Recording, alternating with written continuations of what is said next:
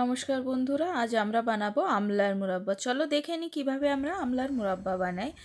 আমলার মুরাব্বা বানানোর জন্য আমি 500 গ্রাম আমলা নিয়ে নিয়েছি, যেটাকে আমি 5-7 মিনিট মতো সেদ্ধ করে কেচে নিয়েছি একটা কাঁটা চামচ দিয়ে। আপনারা চাইলে টুথপিক দিয়েও কেচে নিতে পারেন, আর সেদ্ধ করার আগেও কেচে নিতে পারেন। আমি সেদ্ধ করার পরে কেচেছি, এই জন্য কি একটু সফট হয়ে যায়, কাচতে সুবিধা হয়। নাহলে এর আগে অনেকটা শক্ত থাকে, অনেক কষ্ট হয়। এখন আমি 250 গ্রাম গুড়, 250 গ্রাম মিশ্রি মিক্স করে নিয়েছি।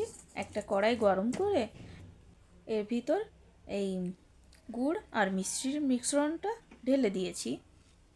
এখন এটাতে আমি আমলাগুলোও অ্যাড করে দিয়েছি,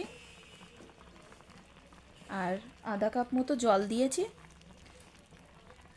জলটা যখন ফুটে উঠবে তো একটা ঢাকনা দিয়ে ঢেকে দিতে হবে। ঢাকনা ঢেকে দেওয়ার 30-40 মিনিট পর দেখবেন লাল হয়ে গেছে আমলাটা, গোলাপ জামুনের মতো লাগবে দেখতে। এখন এর ভিতরে আমি হাফ চার থেকে একটু কম আদা গুঁড়ো, কালো নমক 1 চা চামচ, আর 4-5টা এলাচ গুঁড়ো করে দিয়ে দিয়েছি। এখন এটাকে গ্যাস অফ করে মিক্স করে নিয়েছি।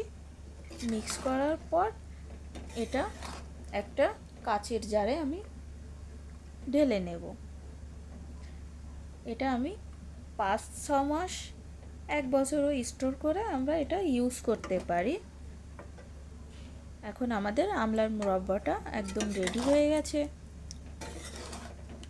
ধন্যবাদ সবাইকে।